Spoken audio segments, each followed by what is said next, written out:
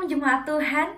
Sungguh hari yang luar biasa, kita boleh beribadah kembali walaupun masih online, tapi tidak mengurangi sukacita kita karena kita percaya dalam tiap-tiap ibadah kita Allah hadir bersama-sama dengan kita dan kerajaannya pun turut bersama-sama dengan kita.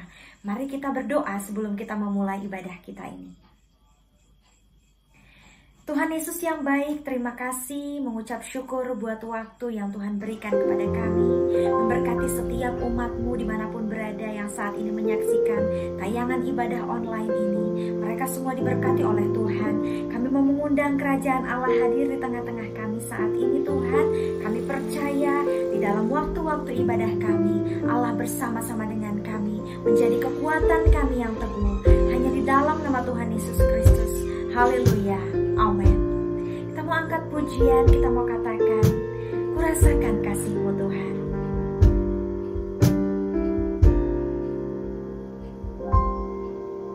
Kurasakan kasih-Mu Tuhan. Kurasakan kuasa-Mu Tuhan. Kurasakan kasih kuasa Roh Kudus, ku rasakan kehadiran-Mu. Mari sekali lagi umat Tuhan bersama-sama kita katakan, ku rasakan kasih-Mu Tuhan, ku rasakan kuasa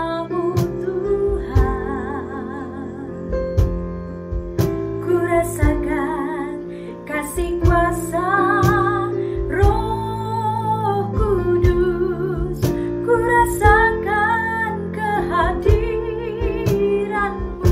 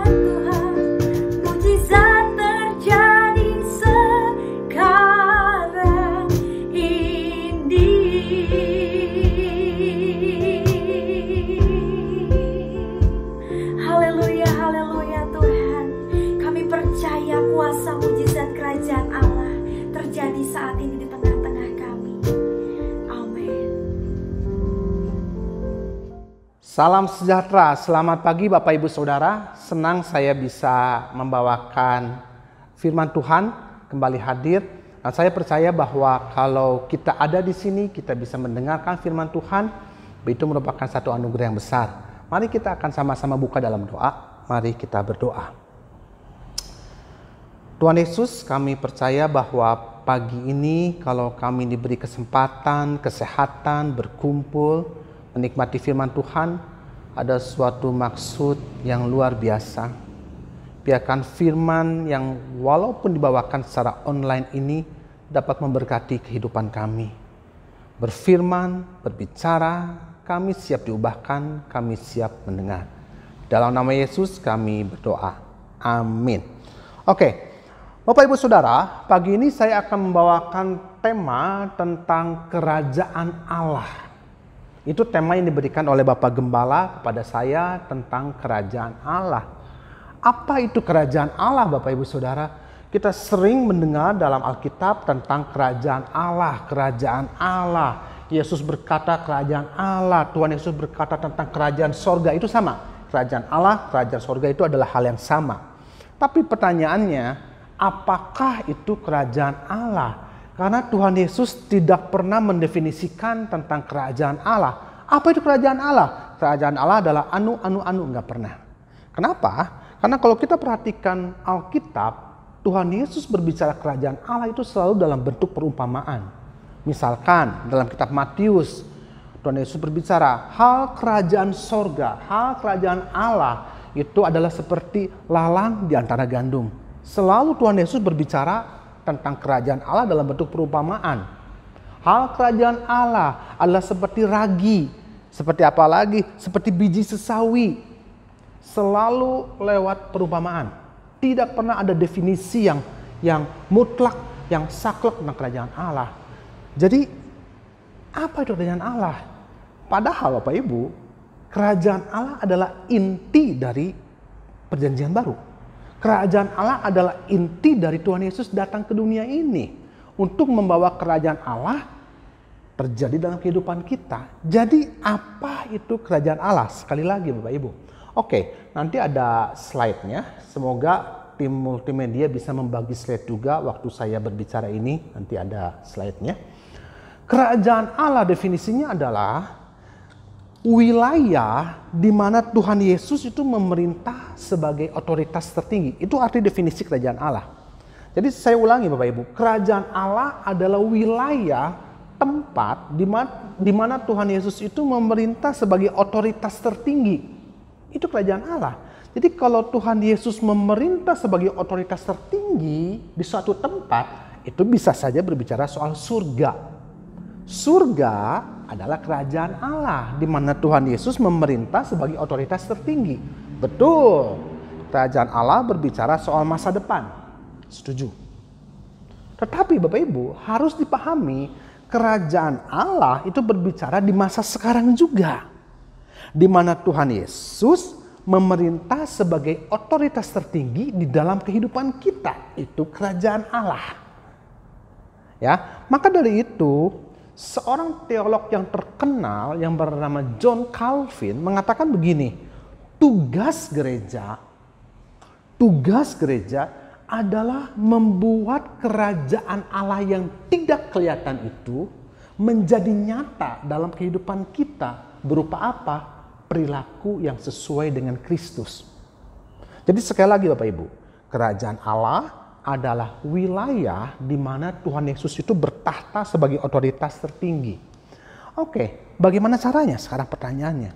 Bagaimana caranya agar kerajaan Allah hadir dalam kehidupan kita?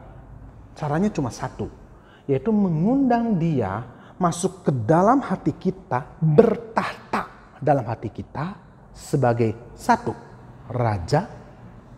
Biarkan Dia bertahta sebagai raja. Kedua, biarkan Tuhan Yesus bertahta sebagai nabi.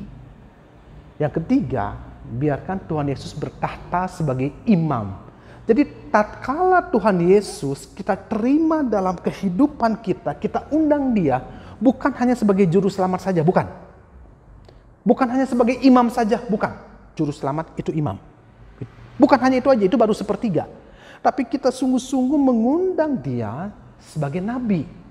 Sebagai apa lagi? Raja. Nah, kita akan bahas 3 poin ini. Karena kalau 3 poin ini terpenuhi dalam kehidupan kekristenan kita, apa artinya Bapak Ibu? Kerajaan Allah sudah turun atas hidup kita. Yang pertama kita bahas, Tuhan Yesus datang sebagai Raja. Oke, saya harap sekali lagi tim multimedia memambangkan PowerPoint saya. Oke, hidup manusia yang di luar Kristus itu dikendalikan oleh iblis.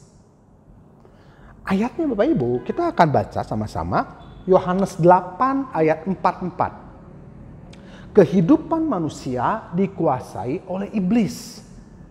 Iblis adalah musuh manusia sejak awal. Dan selama ribuan tahun dia menjadi musuh bebuyutan kita. Musuh bebuyutan saya, musuh bebuyutan Bapak Ibu Saudara, itu iblis. Yohanes 8 ayat 44. Iblislah yang menjadi bapamu. Dan kamu ingin melakukan keinginan-keinginan bapamu. Iblislah yang menjadi bapamu. Kita dikendalikan oleh iblis karena dia bapak kita. Kalau orang di luar Kristus. Kira-kira apa yang terjadi? Tentunya setiap orang, setiap pribadi manusia yang hidupnya dikendalikan oleh iblis, yang jiwanya dikendalikan oleh iblis, kerajaan Allah belum turun atas dia. Saya akan cerita Bapak Ibu, ada seseorang, anggap saja dia seorang wanita, setiap hari dia cerita gini sama saya Bapak Ibu, Pak, waktu saya bangun tidur, saya takut, saya nyesel, kenapa saya nggak mati aja pada waktu tidur. Saya malas menjalani hidup ini.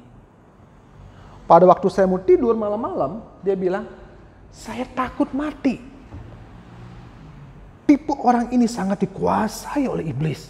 Hidupnya dijalani dengan penuh ketakutan. Tidak ada damai sejahtera. Hidupnya sungguh depresi dengan tekanan. Orang seperti itu Bapak Ibu. Artinya kerajaan Allah belum turun atas dirinya. Jadi ternyata bisa saja orang menamakan diri Kristen, bertahun-tahun jadi Kristen Bapak Ibu. Tapi ternyata kerajaan Allah belum turun atas diri dia. Ada lagi seseorang Bapak Ibu. Seorang Kristen. Dia kehilangan ibunya dalam suatu kecelakaan.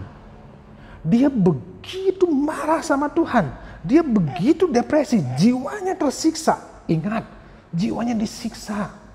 Oleh karena itu Yesus katakan dalam Matius 11 ayat 28. Mari kepadaku. Yang jiwanya letih, lesu, dan berbeban berat. Aku akan memberikan kelegaan kepadamu. Kenapa jiwa manusia diperes, disiksa, ditekan oleh si iblis?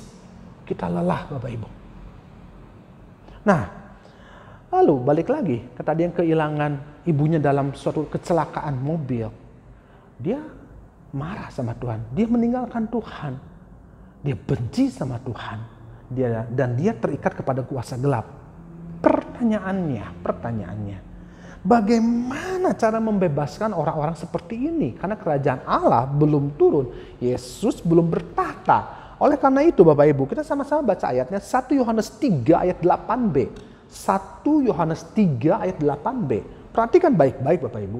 Untuk inilah anak Allah, yaitu Yesus, menyatakan dirinya, yaitu supaya ia membinasakan perbuatan iblis. Tuhan Yesus itu harus datang sebagai raja. Kenapa? Karena raja itu punya otoritas, dia punya kuasa. Kita harus terima dia sebagai raja. Dan setiap orang yang menerima Yesus sebagai raja, dia harus paham bahwa raja punya otoritas. Dan otoritas inilah Bapak Ibu yang akan membebaskan kita dari cengkraman si iblis. Jangan takut Bapak Ibu. Dalam masa pandemi ini, ada begitu banyak orang yang depresi. Ada begitu banyak orang yang jiwanya tertekan. Saya mau katakan Bapak Ibu, Yesus harus diterima di dalam hati kita sebagai raja yang punya otoritas. Karena dia yang akan membebaskan kita. Dan kalau kita terima Dia sebagai Raja dalam kehidupan kita, artinya apa? Kerajaan Allah sudah turun atas hidup kita. Itu yang pertama Bapak Ibu. Tadi ada raja. Kenapa kita butuh raja? Karena iblis sangat menyiksa kehidupan kita. Kita butuh otoritas. Waktu kita terima Dia sebagai Raja, kerajaan Allah udah turun atas kita.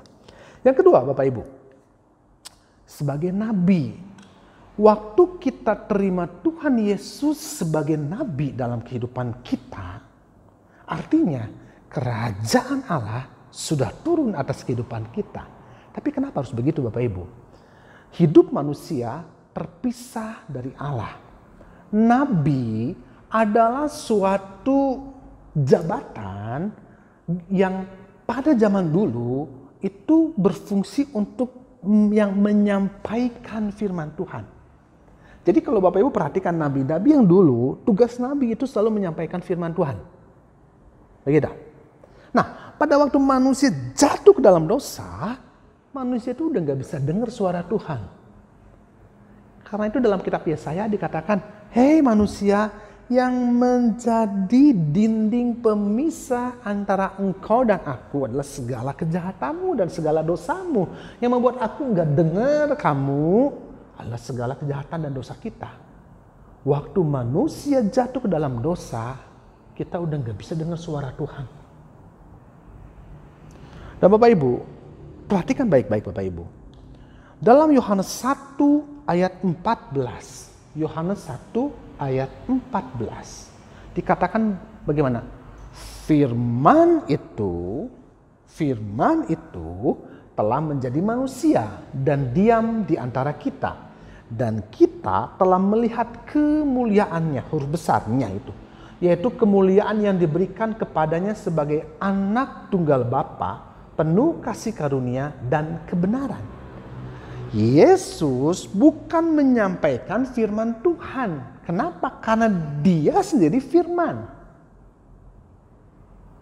Waktu orang terima Yesus sebagai nabi, dia percaya bahwa Alkitab itu adalah firman Tuhan. Oke Bapak Ibu. Sekarang kita akan lihat, akan dengar satu cerita yang terjadi pada abad ke-13. Ada seorang ahli teolog yang sangat terkenal, namanya John Wycliffe. John Wycliffe. Teolog ini hidup pada abad ke-13, kurang lebih 1324 lah, selama 60 tahun dia hidup. Tapi 1380 sekian, 84-60 tahun. John Wycliffe itu sangat dibenci oleh gereja pada zaman itu. Kenapa? Karena satu-satunya orang yang berani menerjemahkan Alkitab dari bahasa Latin ke bahasa Inggris. Jadi dulu itu yang bisa baca Alkitab itu cuma orang-orang yang belajar teolog, yang ngerti bahasa Latin. Dan kenapa John Wycliffe menerjemahkan Alkitab dari bahasa Latin ke bahasa Inggris? Karena dia satu kali cerita begini. Satu kali saya pernah kedatangan seorang ibu. Dan ibu ini nangis. Lalu John Wycliffe tanya sama ibu ini, "Bu, kenapa nangis? Kenapa nangis, Bu?" "Anak saya bayi baru saja meninggal, Pak John," kurang lebih begitu. "Oh, ya kenapa nangis?" Kata penginjil keliling, bayi yang mati rohnya akan jadi kunang-kunang. Bagaimana ibu ini nggak nangis Bapak Ibu? Tatkala bayi yang dikasihinya, anak yang dikasihinya cuma jadi kunang-kunang, dia nangis. Dia tidak tahu kebenaran firman Tuhan. Kenapa? Karena Alkitab hanya bisa dipelajari oleh orang-orang yang belajar teologi pada zaman itu. Tapi kita sekarang, siapapun yang percaya Yesus adalah nabi, kita juga percaya bahwa Tuhan Yesus adalah nubuatan dari perjanjian lama Kita percaya kepada Alkitab Perjanjian Lama. Yesus katakan bahwa Dia datang untuk supaya kita itu punya hidup. Kita yang percaya kepada Yesus percaya juga Perjanjian Baru. Waktu kita terima Yesus sebagai nabi, Tuhan Yesus sebagai nabi dalam kehidupan kita, apa artinya? Kita itu sudah turun kerajaan Allah atas diri kita dengan membaca firman Tuhan. Tanggal 13 Juli kemarin, 13 Juli, ada suatu peristiwa dalam hidup saya kehilangan mama saya. Mama saya kena serangan jantung tanggal 13 kemarin dan meninggal, Bapak Ibu. Saya sebagai orang Kristen tentu sangat-sangat bersedih, Bapak Ibu.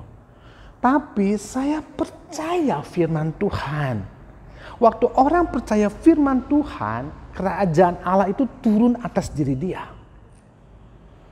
Saya percaya apa yang Yesus katakan. Aku datang, aku pergi akan menyediakan tempat bagimu. Aku pergi ke surga untuk menyediakan tempat bagimu. Saya percaya karena mama saya orang yang beriman, ibu saya orang yang beriman, dia ada di surga. Kenapa? Itu iman kekristenan. Dan setiap orang yang percaya kepada Yesus adalah nabi, percaya kepada semua firman-Nya, artinya kerajaan Allah sudah turun atas hidup dia. Itu yang kedua, Bapak Ibu. Jadi sekali lagi, yang pertama sebagai raja, yang kedua sebagai nabi. Dan kalau kita terima dia sebagai raja dan nabi dalam kehidupan kita, kerajaan Allah sudah turun atas hidup seseorang. Yang ketiga, sebagai imam. Waktu kita terima Yesus dalam kehidupan kita, bukan hanya sebagai raja yang punya otoritas, bukan hanya sebagai nabi, sebagai penyambung suara Allah, juga sebagai imam. Imam itu juru selamat. Nah, sekarang apa fungsi imam, Bapak Ibu? Imam pada zaman dulu itu adalah sebagai perantara antara manusia dengan Allah. Jadi ini manusia, Bapak Ibu, ini Allah. Manusia yang berdosa nggak bisa menghampiri Allah. Di tengah-tengahnya ada imam sebagai jembatan untuk menjembatani manusia yang berdosa sama Allah. Dengan apa? Dengan misalkan menyembelih korban bakaran untuk manusia yang berdosa supaya diterima oleh Allah. Kurang lebih begitu. Oke, Bapak Ibu, Tuhan Yesus datang bukan hanya sebagai raja dan sebagai nabi. Dia sendiri adalah sebagai imam. Kalau kita pikir, Bapak Ibu, apakah ketakutan terbesar dalam kehidupan manusia? Coba Bapak Ibu, apakah ketakutan yang paling menakutkan bagi kehidupan manusia? Itu yang namanya kematian. Karena nggak ada seorang pun yang dia pada waktu meninggal, dia potret-potret di sana, dia selfie di sana, dia bawa sama kita. Oh ini loh surga loh, ini loh. Dia nggak pernah. Manusia itu penuh kegalauan, penuh ketakutan terhadap apa yang dinamakan dengan kematian. Oleh karena itu Bapak Ibu, nanti ada gambarnya Bapak Ibu bisa lihat. Ini adalah gambar yang terjadi di negara China, khususnya di kota Shanghai, yaitu tatkala binatang peliharaan itu meninggal. Bapak Ibu bisa lihat nanti. Jadi di Shanghai, kalau binatang yang kita cintai itu mati, maka kita bisa bayar supaya apa? Supaya si binatang ini dikasih peti miniatur, terus didoain binatangnya, terus nanti dikasih bunga, lalu pakai mobil yang mewah ke pemakaman. Maksudnya adalah didoakan supaya nanti si binatangnya itu ke surga dan ketemu sama kita kalau kita nanti meninggal di surga. Itu begitu di Shanghai ini, Shanghai. Nah, pertanyaannya, biaya yang dikeluarkan untuk biaya pemakaman binatang ini pada tahun 2017 itu paling murah itu 1,5 juta dan yang termahal sekitar 50 juta pada zaman itu 2017. Manusia berusaha berdamai dengan apa yang disebut dengan kematian. Manusia galau dengan kematian. Sampai binatang pun didoakan supaya nanti bisa ketemu di sorga. Kita tahu dalam kekristenan, Binatang gak bisa begitu. Manusia punya roh yang ditetapkan mati satu kali saja dan sesudah itu dihakimi. Manusia punya roh yang harus bertanggung jawab. Manusia punya roh. Dalam Kejadian 2 ayat 7 dikatakan Allah itu membentuk manusia dari debu tanah dan menghembuskan nafasnya. Dan manusia itu punya roh. Waktu manusia mati, rohnya itu bertanggung jawab. Dan pertanyaannya Bapak Ibu, kalau Bapak Ibu lihat, baca Roma 3 ayat 23, semua orang telah berbuat dosa dan telah kehilangan kemuliaan Allah. Semua manusia di luar Kristus telah berbuat dosa dan telah kehilangan kemuliaan Allah. Dan upah dosa adalah maut. Kita semua adalah manusia yang terhilang. Kita butuh imam. Kita butuh seorang pribadi yang bertindak sebagai imam. Karena kalau kita tidak ada pribadi yang menyatukan kita, bertindak sebagai imam, kita binasa. Bapak Ibu, kita akan baca sama-sama. Bapak Ibu, saya harap 2 ayat ini Bapak Ibu baca. Ibrani 4 ayatnya ke-14 dan ke-16. Saya kasih waktu untuk Bapak Ibu membuka firman Tuhan.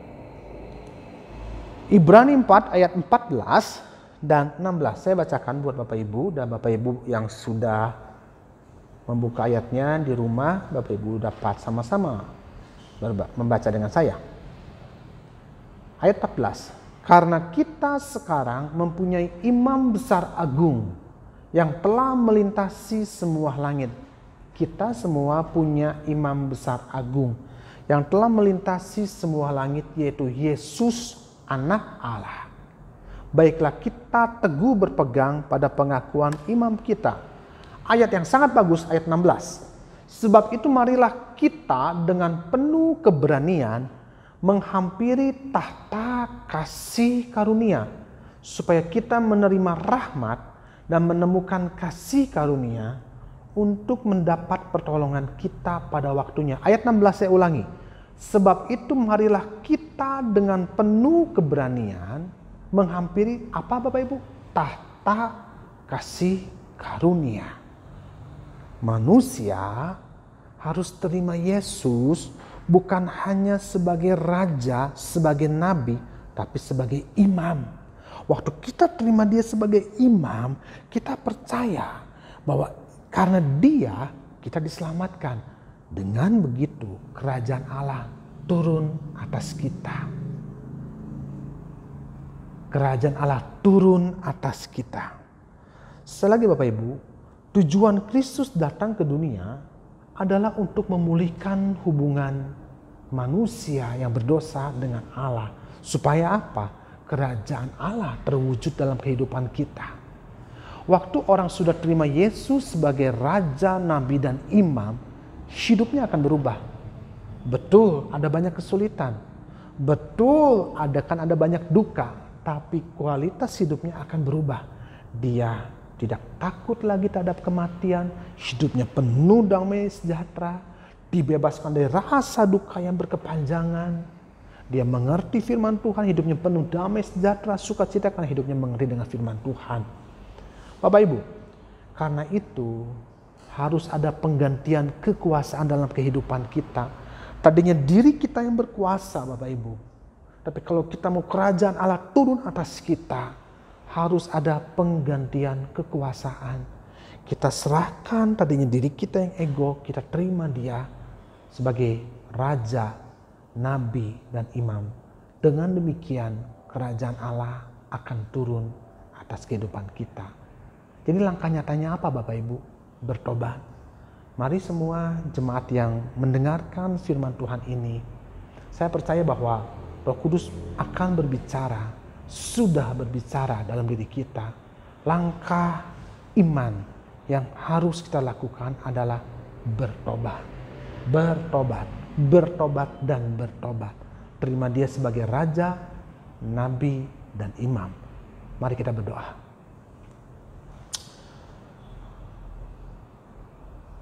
Kalau kami masih diberikan nafas, artinya masih ada tugas yang harus kami lakukan. Begitu lemahnya kami. Tapi kami, Tuhan Yesus, mau menerima Engkau sebagai Raja yang penuh otoritas, yang akan membersihkan kami dari perbuatan dosa kami. Karena kami tanpa Engkau terikat kepada perbuatan dosa. Ampuni semua dosa kami perbuat. Kami ingin bertobat. Kami tidak ingin takut lagi kepada kematian. Karena kami punya jaminan keselamatan. Biar kerajaan Allah itu nyata dalam kehidupan kami. Sehingga setiap orang yang melihat kami, melihat kemuliaan Kristus dalam kehidupan kami. Kerajaan-Mu datanglah dalam kehidupan kami. Terima kasih Tuhan Yesus. Hamba-Mu berdoa untuk semua jemaat. Diberkatilah mereka lebih dan lebih lagi. Dalam nama Yesus kami berdoa dan mengucap syukur. Amin. Tuhan Yesus memberkati.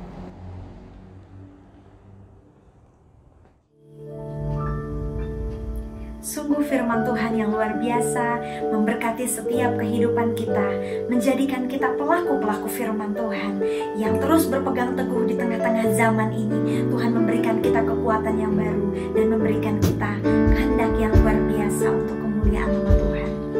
Kita mau mengangkat sebuah pujian, kita mau katakan kemuliaan hanya bagi nama Tuhan.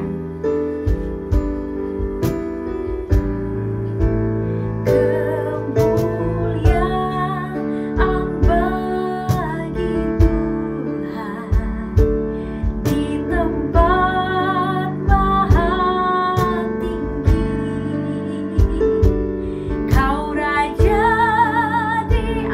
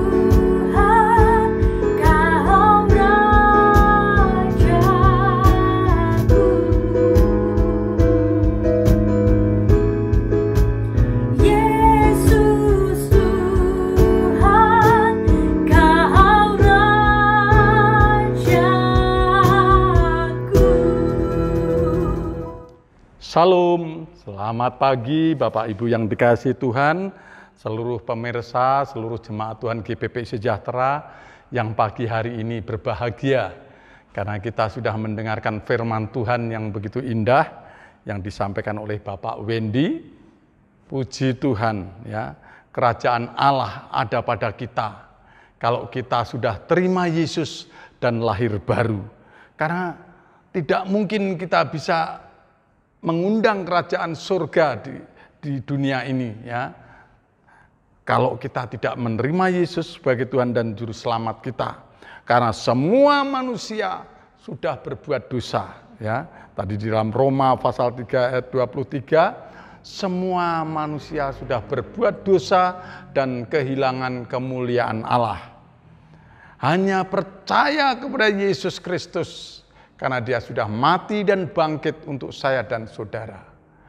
Menerima dia satu-satunya Allah yang hidup dalam kehidupan kita.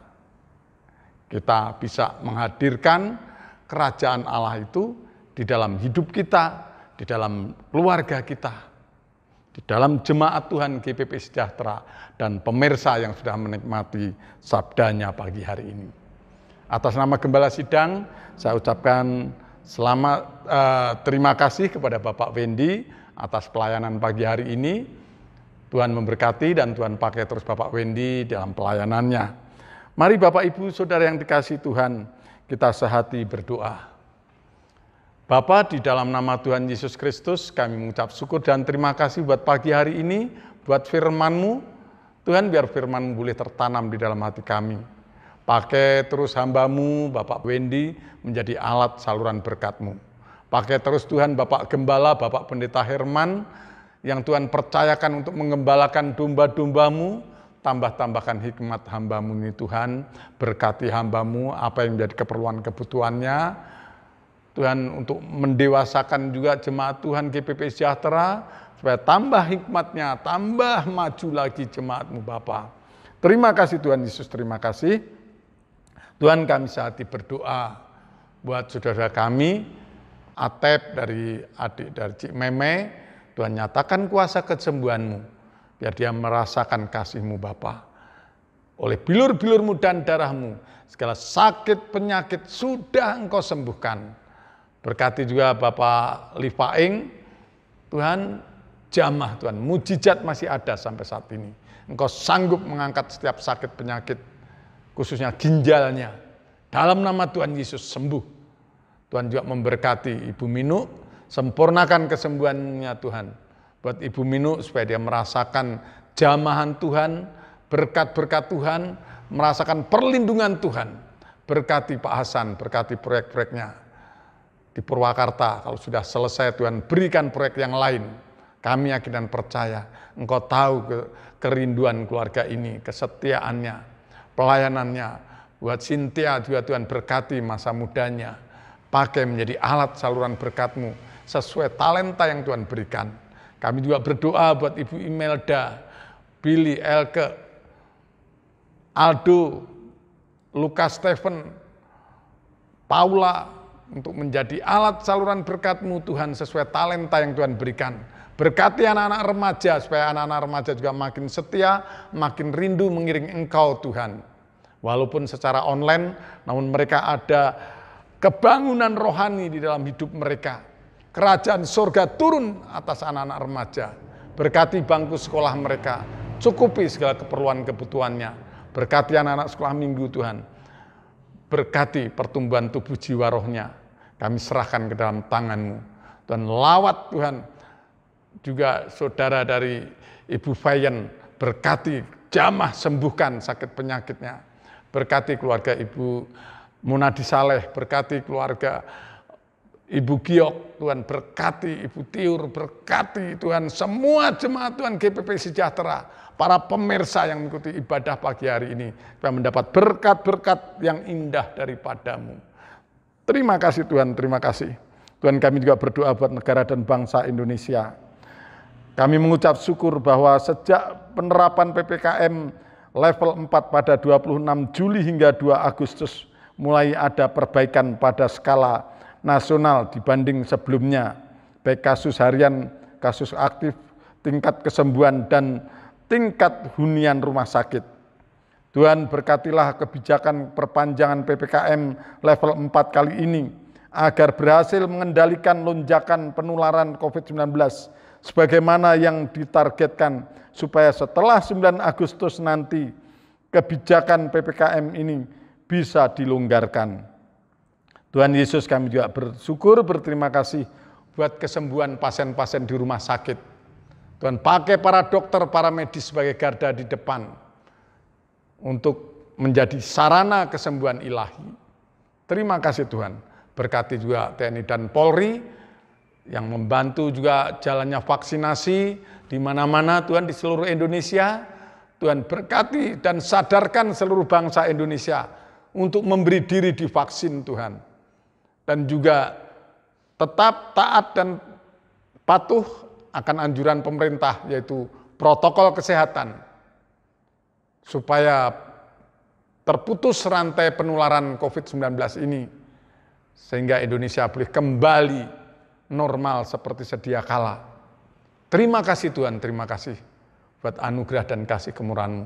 Berkati terus, pakai terus Bapak Presiden Joko Widodo dan seluruh pembantu-pembantunya, baik menteri-menteri, baik para gubernur, para wali kota, para bupati, camat, lurah, hingga RW dan RT. Juga KPK dan BPK, pakai Tuhan untuk mengawasi keuangan negara ini dalam pembangunan maupun juga, oh Tuhan, apa yang menjadi rencana-rencana Bapak Presiden. Kami juga bersyukur Tuhan buat seluruh Indonesia ini Tuhan, kemajuannya walaupun situasi pandemi, tetapi pembangunan tetap berjalan, tambang-tambang terus diupayakan, yaitu tambang nikel, tambang batu bara, tambang emas, tambang minyak, kilang-kilang minyak terus dibangun. Pakai terus Tuhan Bapak Presiden untuk Tuhan mengeruk kekayaan yang Tuhan berikan buat negeri tercinta ini. Segala puji dan hormat dan syukur hanya bagi Engkau, dalam nama Bapa, Putra dan Roh Kudus. Dalam nama Tuhan Yesus kami sudah berdoa dan mengucap syukur. Haleluya. Amin. Nah, Bapak Ibu yang dikasihi Tuhan, kita tetap terus berdoa buat negara dan bangsa, berdoa buat saudara seiman kita. Ya, kita rencana terus nanti tiap minggu ada doa bersama melalui online, melalui link Zoom. Ya, mari kita bergabung. Ya, kita belajar untuk lebih dekat lagi kepada Tuhan. Tuhan memberkati. Waktu selanjutnya saya serahkan kepada Bapak Pendeta Herman. Dan jangan lupa berikan persembahan Bapak Ibu Saudara melalui layar rekening yang ada di layar saudara. Ya, jangan lupa terus pakai masker, cuci tangan, dan ya jaga jarak. Tuhan memberkati. Puji Tuhan. Selamat hari Minggu. Salam. Amin.